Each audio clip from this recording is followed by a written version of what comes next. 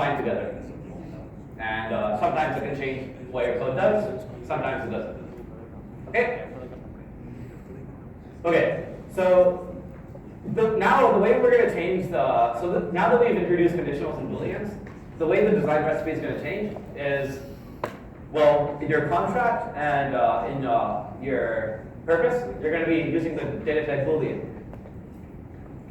And examples and tests are going to be modified in the way that your tests are now going to be testing every single conditional. So if you write a function that has 5 conditions, you need 5 tests, 1 for each of the questions. Does that make sense? So if you write a function that has 7 conditions, you need in your tests 7 tests, 1 for when each of these conditions is true. Why don't you need a test for when each of the conditions is false?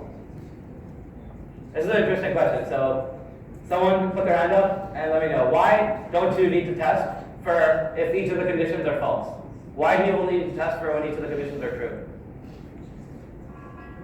Yeah? It's when one is true, the other ones are false. Exactly. The reason is, if you're testing for some subsequent condition to be true, this is already testing for when the previous conditions are false. And that's why you only need to test for true. Because you can already assume that the false test was tested for if you got to the next condition. Okay? So that's what we're saying here. Well, yeah, so I'm not going to go over these slides because that's pretty much what they say. What you need to do is, in your test for one condition for each of the, one test for each of the conditions, and you now want to use the bool data type in your contracts and your purpose statements. Okay? And this is another example. I'm not going to go over this example just because I've already done several examples, and this is just one more example that's nailing conditionals and these concepts home. So you can do this on your own. It's essentially going over the charges for example that we did last class, and we're doing this with conditionals now. But you can do this on your own. I don't think it's too challenging. So what we're going to do now is go into so black box and white box testing. So prior to the black box and white box testing slides, what I'm skipping over is 2 examples that you can do on your own. And the bonus is one example, and the charges for is the other example. And on top of this, the testing conditional expressions, I already talked about this. You have to test one test for each condition. So notice here, we have 3 different conditions with, 3 different things diff can be. And so I actually don't know why they have 5 tests. You only here really need 3 tests.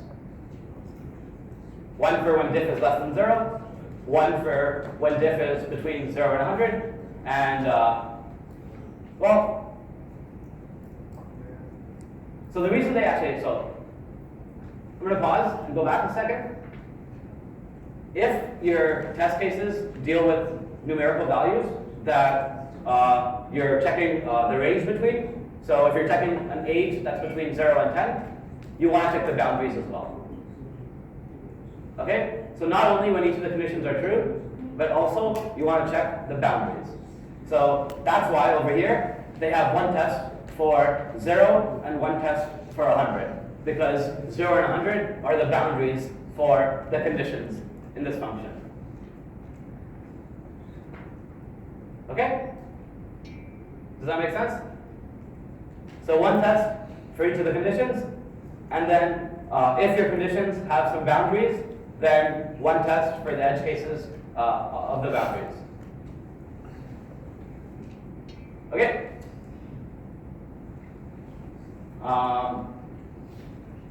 So that's how you test for conditionals.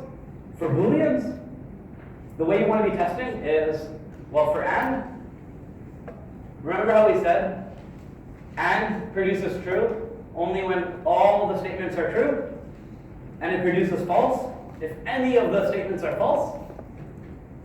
Well, for AND, We want one test for when the whole thing is true, and we want one test for when each of the statements are false.